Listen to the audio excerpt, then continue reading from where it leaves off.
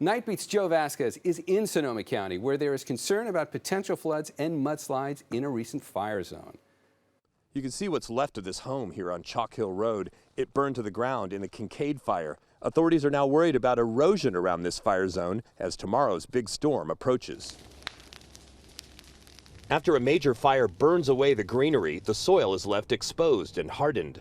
Such is the case in the Kincaid fire zone, where authorities say a heavy downpour from an atmospheric river is less likely to soak into the ground. Instead, they're worried about it rushing downhill, causing flash flooding and mudslides.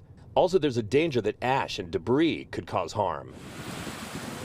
That's why, as the rains came earlier in the week, Sonoma County officials began putting out these hay barriers called wattles to try to hold the soil into place. In Marin today at Fairfax Lumber and Hardware, customers seem more concerned about leaks than flooding. I had problems with my gutters, or I had a small leak, or I got, water from the neighbors coming into my yard. I got to fix. In San Francisco, they're preparing for the perennial sewage leak at 17th and Folsom. We're creating a little water barrier so that the street water doesn't come up and flood our place. It's kind of poo water too, so it's really disgusting.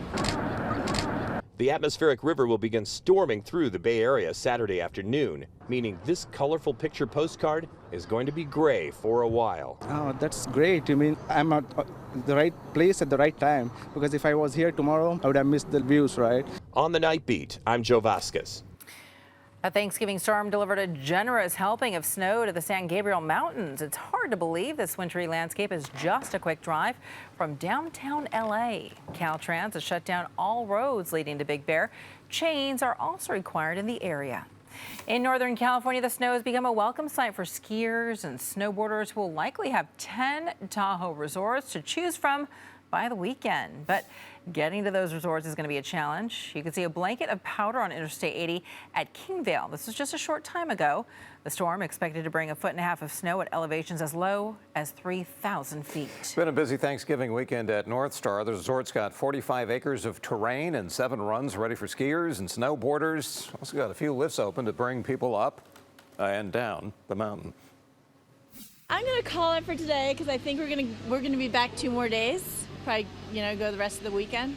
And I think they're getting another big storm, so that'll make the conditions even better. Hopefully a lot more terrain will be open tomorrow too.